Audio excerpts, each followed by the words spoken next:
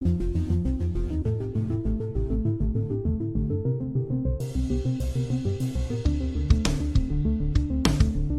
welcome to Know the Faith, Defend the Faith. My name is William Hemsworth. It is great to be with you all again. One of the things I like to do on this show, in addition to apologetics, is to give other resources for evangelism and catechesis. And that's why I'm really excited to have my guest today, Mario Costabile. He's the executive director of A Ray of Hope, a devout Catholic and family man. He's been a successful producer for music, film, television, for organizations such as MTV, VH1, Discovery Channel, Sony Music, and Def Jam. He's committed to utilizing his talents to do God's will and to unite families and help them grow closer to God. Mario, how are you doing today? I'm doing just great. Blessed. Well, great. Glad to hear it. I thank you for coming on today. My pleasure, William. I'm happy to be here with you. Great. So you started your organization, A Ray of Hope. How did you start that organization up? What was that like getting started? Sure.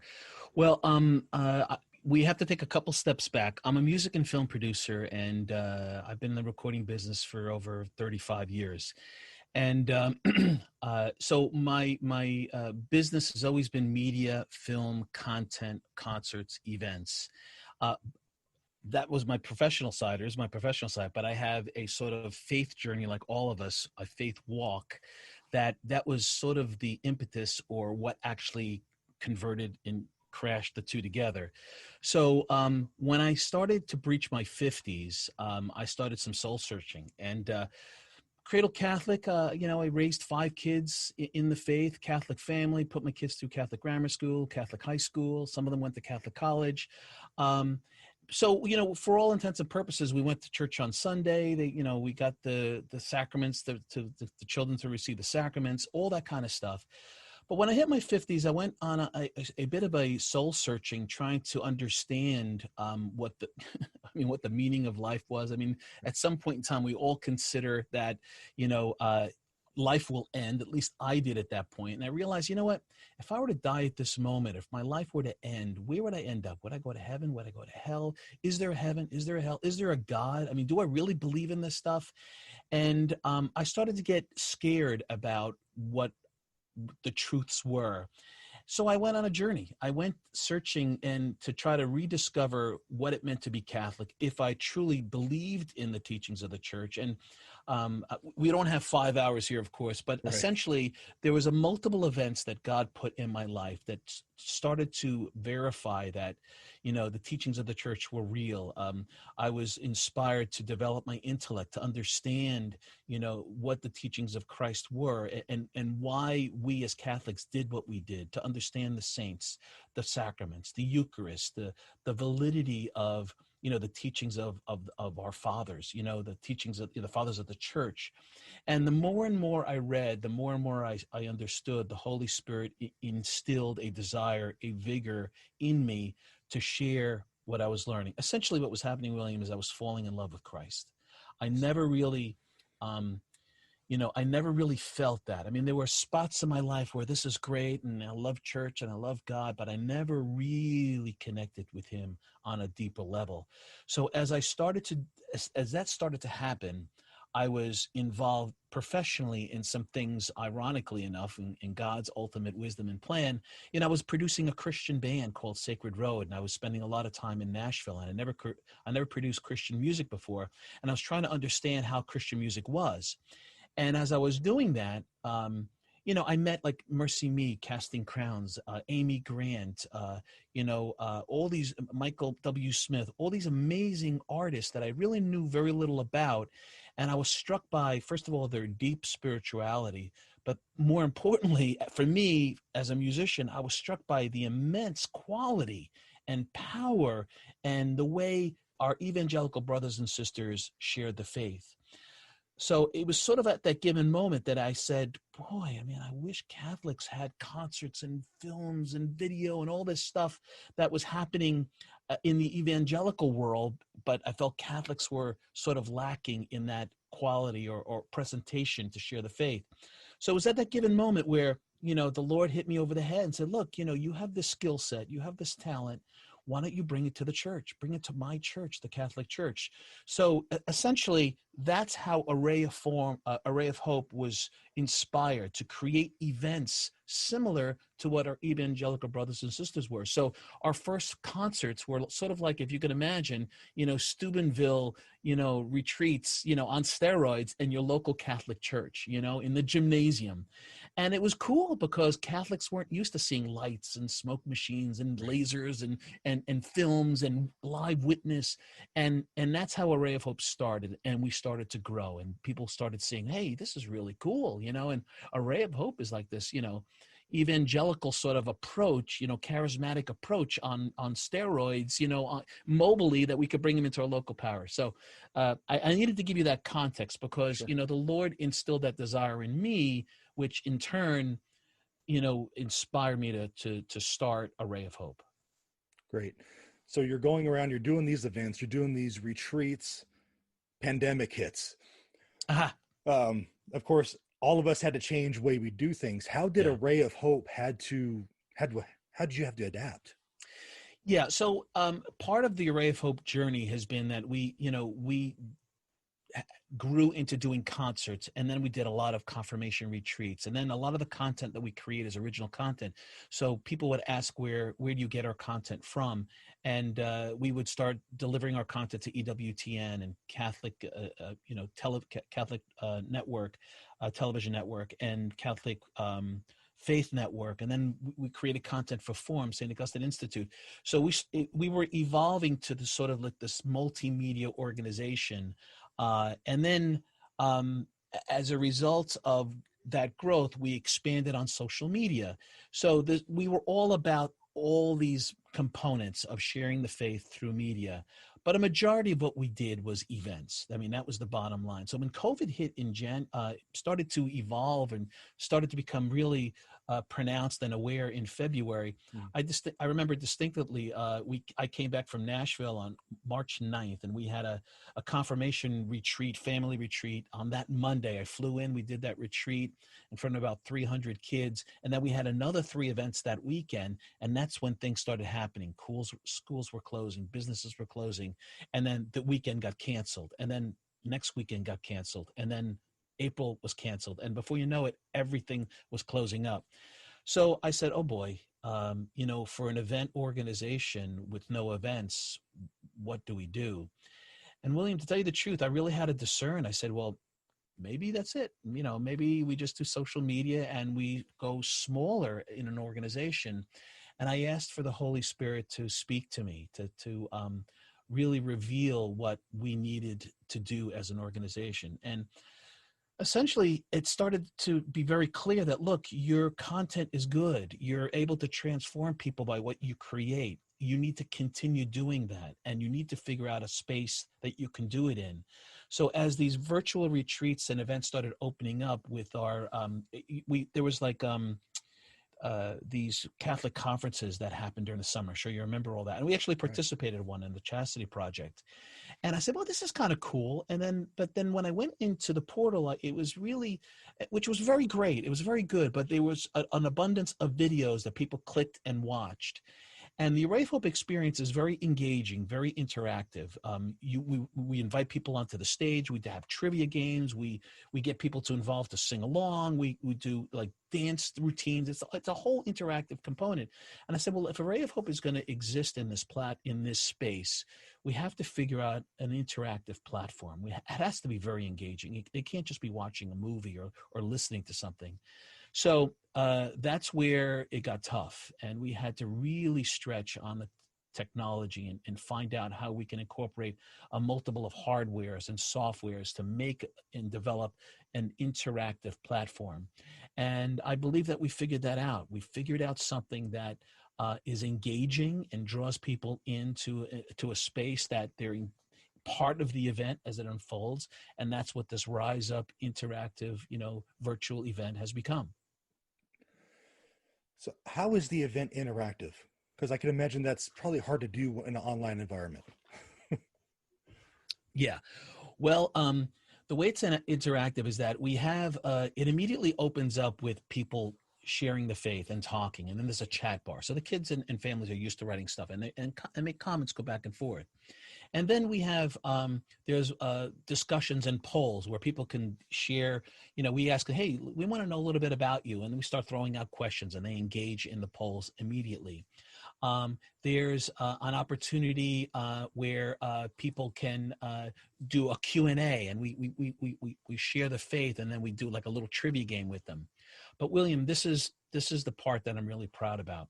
We developed something called a virtual stage, which is completely unique to Array of Hope, and quite frankly, quite unique to even in the secular world, is that we're able to bring people into our forum virtually. So they click on a button. That button, we'll ask for volunteers like we would at a live event. They click on a button, and when they click on that button, they sort of go into a virtual green room, and they meet one of our producers, and the producer will say, hey, Joey, how are you? Listen, you got to behave now. Listen, a lot of people are watching you. We kind of read in the riot act. Don't say anything stupid. Right. And then we're able to straighten out their camera, adjust them a little bit technically with the sound.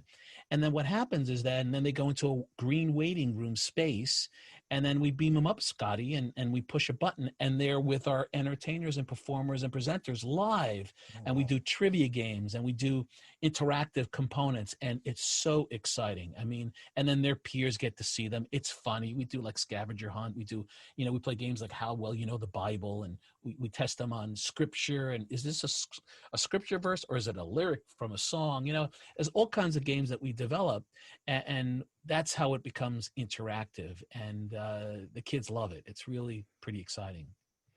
It definitely sounds exciting for kids to keep them engaged and learning and focused. So what's required of parishes or other organizations to offer this type of event?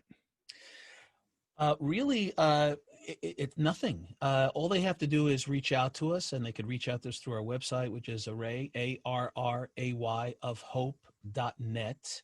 And they could come into our website, and they click on the events tab, and the events tab, one of them is virtual events, which is the very first tab.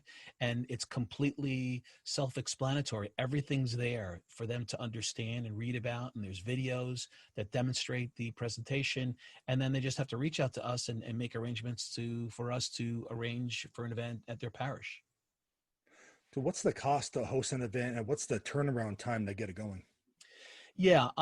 Well, the turnaround time is that, generally, we're booking in the fall. A lot of things are happening in the fall. So as soon as if you want to do something in the fall, you have to reach out to us now.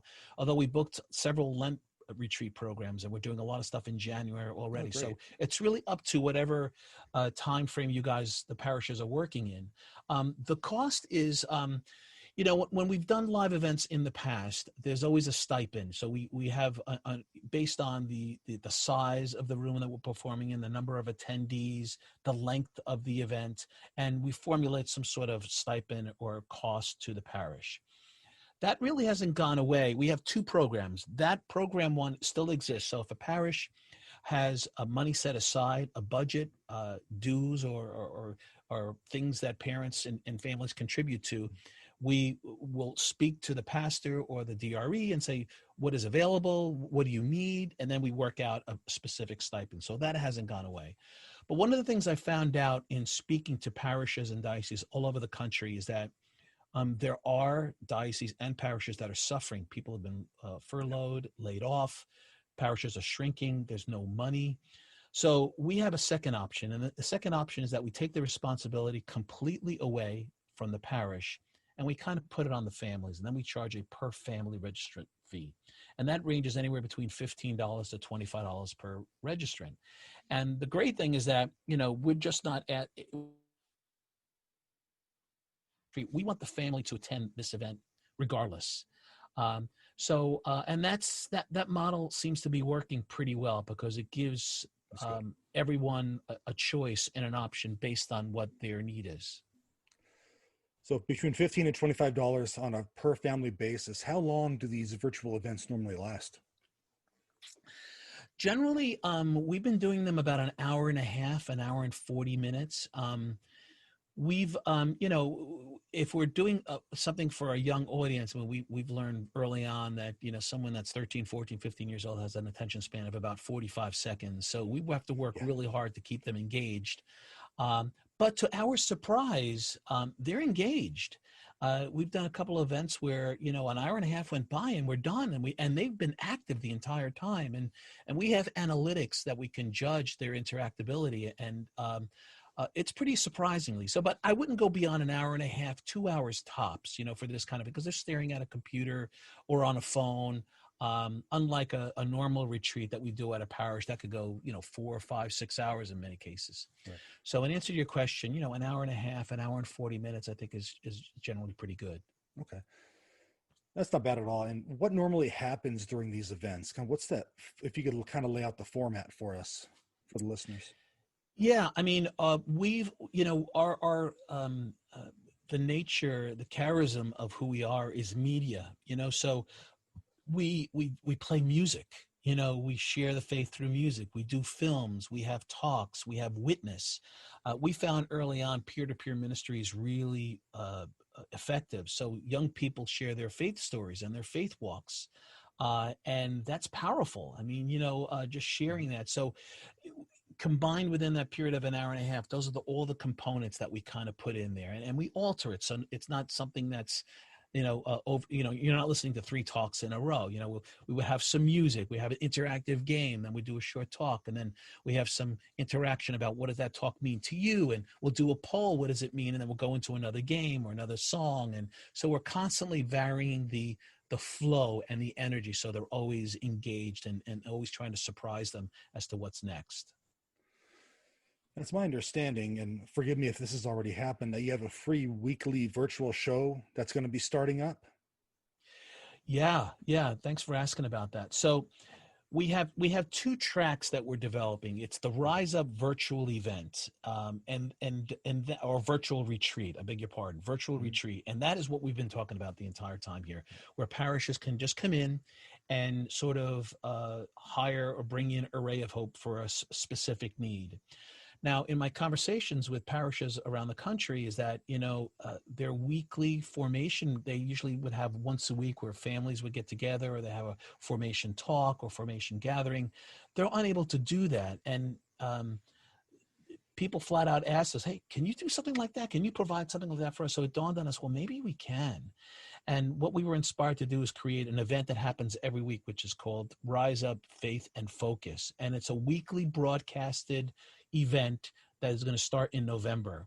And I would just say, stay tuned on our social media or on our website as to when that's going to be launched. But we already have several dioceses that are on board to share this amongst all their parishes, just so they could tap in. And this is going to be like a Catholic variety show. So there's going to be music, there's going to be humor, there's going to be, a man in the street segment. There's going to be profiles of families that are trying to live a virtuous life, families that are homeschooling their kids, really sort of like news stuff is going to be in there. There's going to be talks. So it's going to be kind of cool, that it's something that people will really be enthralled to check out on a weekly basis. Sure. And as I was checking out your website and the YouTube channel, the Facebook page, and of course the Twitter, follow Ray of Hope on all those platforms, you'll really be blessed, is the quality of the productions that you have. It isn't some fly by night. I mean, you're putting your all into these, and they do grab your attention. So can you speak to the quality of what you're doing, of the videos and the event that you were putting on? Yeah. Well, in my secular life, when I produced for corporations, business, the music and film industry, quality, in order for you to survive, and I was self-employed, you have to be great. You have to be competitive. And one of the things that I learned is quality is paramount in order to deliver a message. And in the latter part of my career, I did a lot of commercials, and a commercial is designed to draw people in to sell a product. In order to do that, it has to be relevant, it has to be great, and it has to be attractive, and it has to be contemporary. So I used all those techniques when we create things for Array of Hope. And it's really the intellect, the psyche doesn't change whether they're talking about faith or whether you're talking about secular business or products. People are attracted to stuff that is drawn to them, to Mhm. what they like, their personal tastes and dislikes, right? Right. So if you create something that's attractive, and whether it be through music or film, and the quality is good, they're going to be drawn to it. And the thing is, and then we kind of reveal, the teachings of the church through that. I always found that, it's a shame. And Catholics, I think, are guilty of this. It's a shame that the conduit, the message, is never reached because the deliverable is so inferior to the message. In other words, the way we're delivering the message doesn't resound or hit the person we're trying to reach, because we compromise in creating a website, or compromise in creating music or a film. But that's okay. It's good enough. I can't tell you how many times I heard that when we're trying to pitch a radio. This is fine. It's okay. No, it's not okay. It has to be great. Why would we compromise in the quality? Because the message is the Lord's message, right? I mean, why would we negate how it has to be reached? Because we have to deliver that message, or the culture's not going to receive it. So I'm glad you asked this question, because I get excited and really pumped up about that. We have to be great. We have to be extraordinary to deliver the message, particularly in today's culture, because it demands it, or else they're not going to get it. They're not going to be receiving it.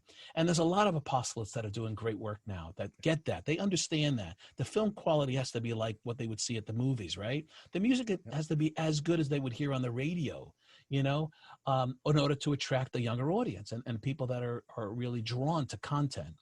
So that's how I feel about that.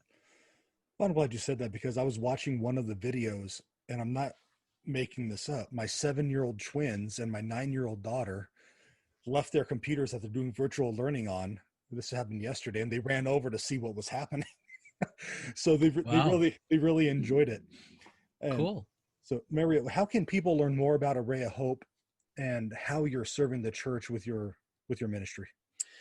Yeah, just simply go to Array of Hope, ARRAY of hope.net. And everything's on that website. It's very, there's a lot of content. There's a lot of things that you'll see that we do. We have podcasts, we have films, we have music. We release music all the time. We have our virtual events. The only thing that we're not really doing is our live events, and that's up there. But you'll see what our live events look like. Mm-hmm. Hopefully that we'll be able to return to those in the next year. We hope. But Great. yeah. So, any parting words before I let you go to enjoy the rest of your day? Yeah, well, I want to leave the listener, especially if it's a DRE or a catechetical leader or someone that's involved in the diocese, with a sense of hope. Um,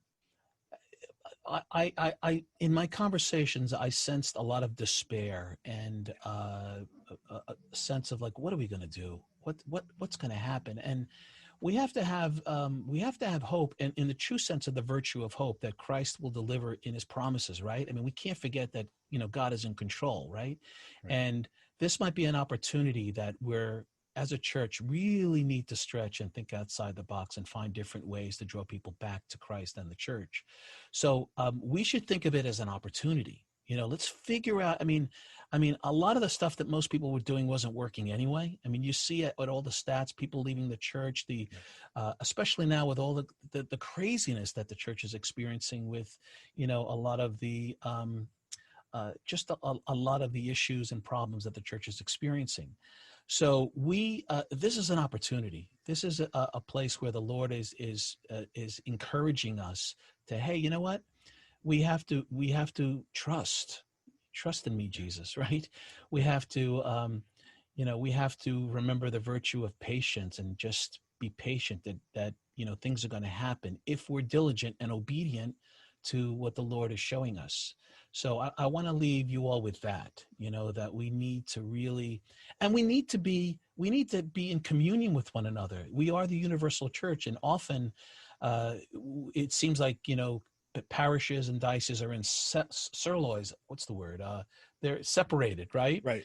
Yeah, and we're not speaking or in communion with one another and sharing our gifts and sharing what we've learned. We need to work together. Let's help one another to make stuff happen. Right. Let's work together for the cause of evangelization. And Yeah. so, Mary, I thank you so much for coming on and just sharing your story, your organization. Thank you for all the work you're doing. Yeah. Thank you, Bill. I wish you all the best, and God bless you and all your work. All right. Thank you very much. God bless you.